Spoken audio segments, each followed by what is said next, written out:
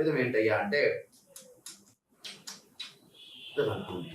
ఇది ముద్దులు పెట్టే సంస్కారం మనది కాదమ్మా. మన దేవుని చూసి ముద్దులు పెట్టే సంస్కారం కాదు.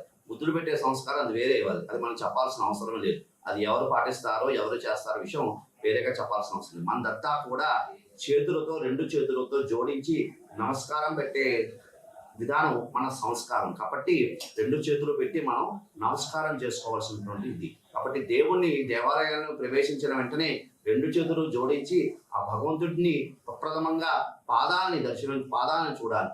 ఆ పర్యంతం పాద పర్యంతం మస్తం అంటే ముఖాన్ని చూడాలని మనకి శాస్త్రం చెప్తున్నది. కాబట్టి పాదాలని దర్శనం చేసుకుంటూ ఆ ముఖాన్ని చూసి ఆ స్వామివారిని అమ్మవారిని దర్శనం చేసుకోవడం ద్వారా దేవత యొక్క కృపకి పాత్రులు అవుతారు. అయితే మీకు సందేహం రావచ్చు, శివాలయం ఉన్నప్పుడు ఏమిటండి అని. శివాలయంలో ఉన్నప్పుడు ప్రథమంగా ఆ యొక్క బ్రహ్మస్థానం అంటారు. బ్రహ్మస్థానంని దర్శనం చేసుకుంటూ అదే విధంగా పానుపట్టు అదేవిధంగా ఆ లింగ భాగాన్ని కూడా చూసి దర్శనం చేసుకోవడం ప్రధానమైన విషయం. అదేవిధంగా శివాలయానికి వెళ్ళినప్పుడు ప్రథమంగా ప్రసాదాన్ని తీసుకుని